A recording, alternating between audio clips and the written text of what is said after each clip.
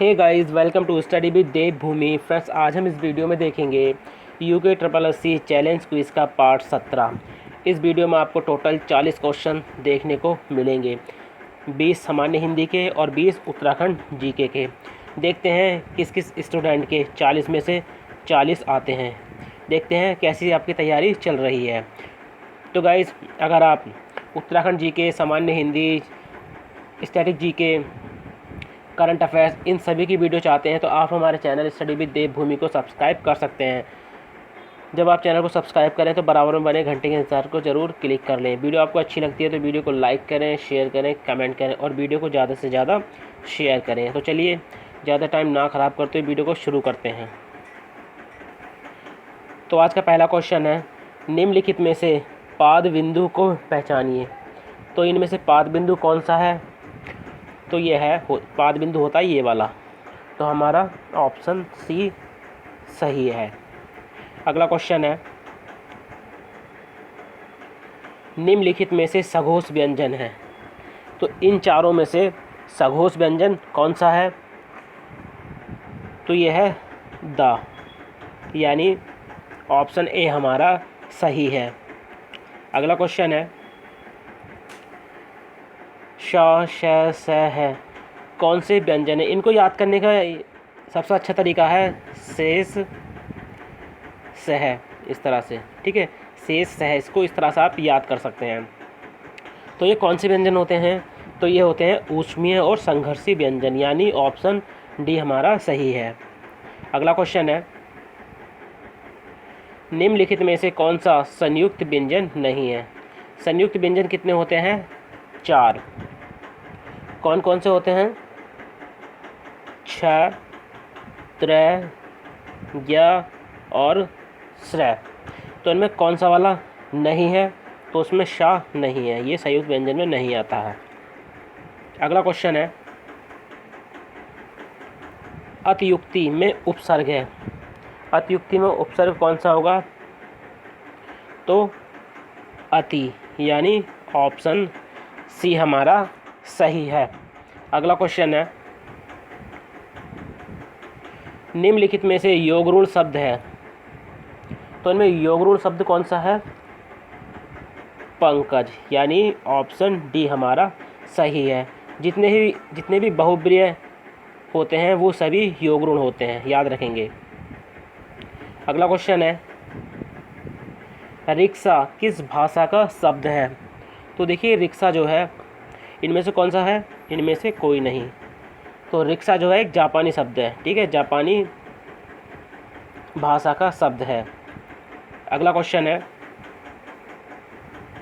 वाक्य में प्रयुक्त शब्द को कहते हैं। वाक्य में जो प्रयुक्त शब्द होते हैं उसको क्या कहते हैं?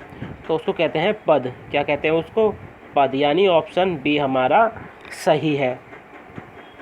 अगला क्वेश्चन है,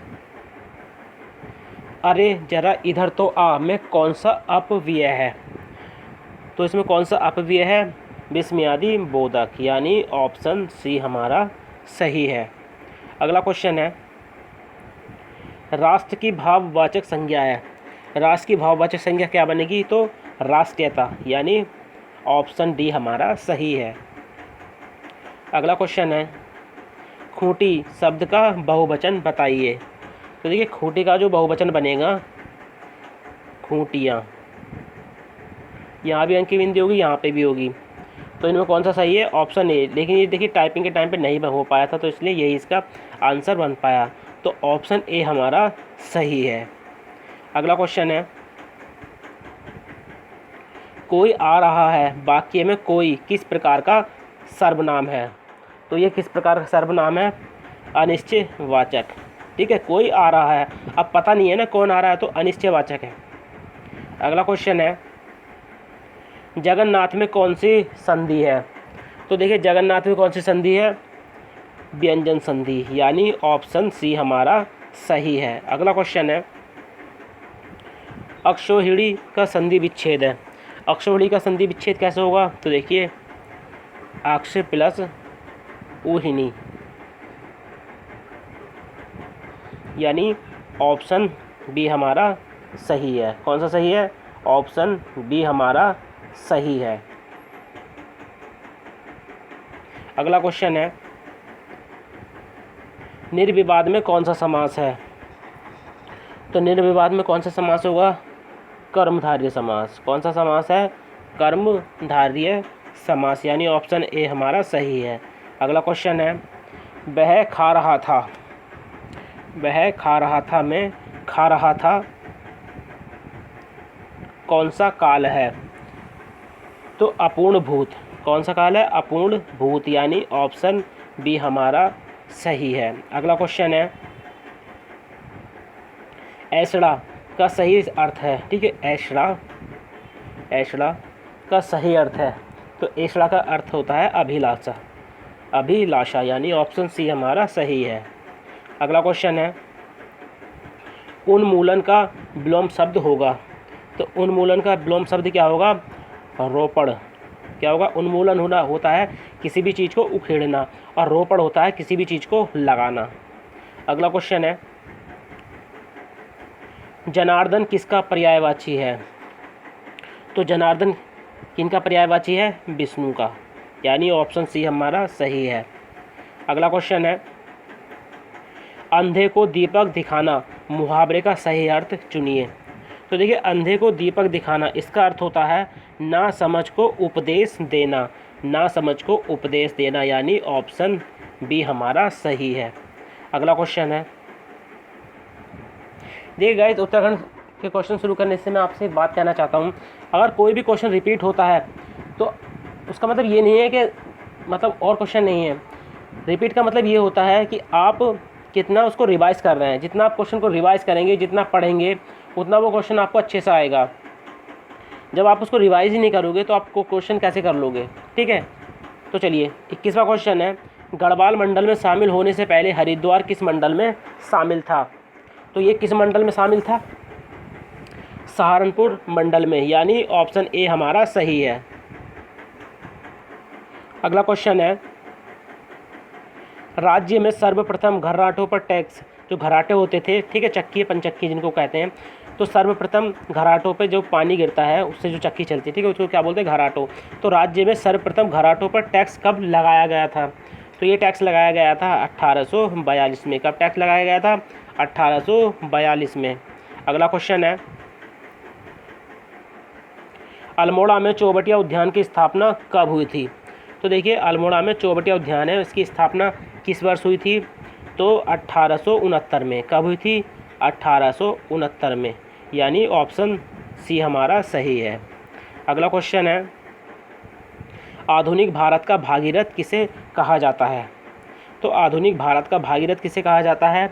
तो ये कहा जाता है प्रोवी कोटले को, यानी ऑप्शन ए हमारा सही है। अगला क्वेश्चन है, भोटिया जनजाति के शीतकालीन आवास को क्या कहा जाता है? तो जो भोटिया जनजाति के लोग होते हैं उनके शीतकालीन आवास को कहते हैं गुंडा या मुंसा। ठीक है, गुंडा या मुंसा। अगला क्वेश्चन है, किस वर्ष बद्रीदत्त पांडे ने कुमाऊं का इतिहास नामक पुस्तक लिखी थी? तो ये पुस्तक लिखी थी 1937 में, यानी ऑप्शन डी हमारा सही है। अगला क्वेश्चन है, निम्न में से किस स्टेडियम का नाम जसवंत सिंह रावत स्टेडियम है? तो यह है रांसी स्टेडियम। अब आप हमें कमेंट के माध्यम से बताइए कि रांसी उत्तराखंड के किस ज़िले में स्थित है। अगला क्वेश्चन है, नेपाल सरकार के द्वारा संगोली की संधि को आधिकारिक मान्यता कब दी गई? तो आधिकारिक मान्यता दी गई थी 4 मार्च 1816 में। कब दी गई थी आधिकारिक मान्यता? 4 मार्च 1816 में, यानी ऑप्शन सी हमारा सही है। अगला क्वेश्चन है, घस्तोली बुग्याल किस जनपद में है? तो देखिए, घस्तोली बुग्याल जो है ये कहाँ पे स्थित है? चमोली में। कहाँ पे स्थित है? चमोली में, यानी ऑप्शन ए हमारा सही है। अगला क्वेश्चन है, दारमा व ब्यास घाटी को जोड़ने वाला दर्रा है।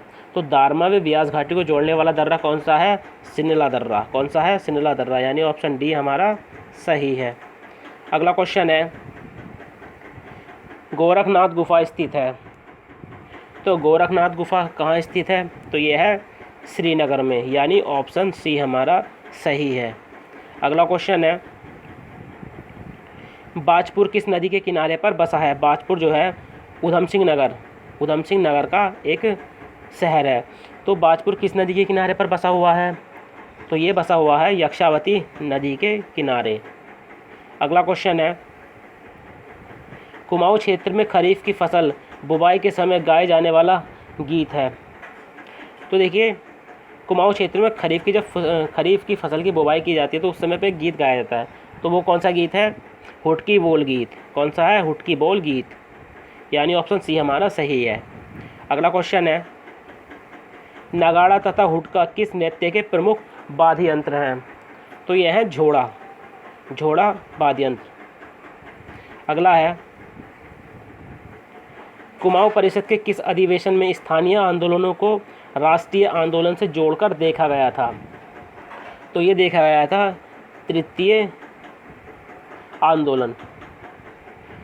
अगला क्वेश्चन है, ठीक है, कुमाऊं परिषद के तृतीय अधिवेशन में स्थानीय आंदोलन को राष्ट्रीय आंदोलनों से जोड़कर देखा गया था। अगला क्वेश्चन है, गढ़वाल ठाट नामक स्तंभ किस पत्र में छपता था? तो ये छपता था विशाल कीर्ति में, यानी ऑप्शन बी हमारा सही है।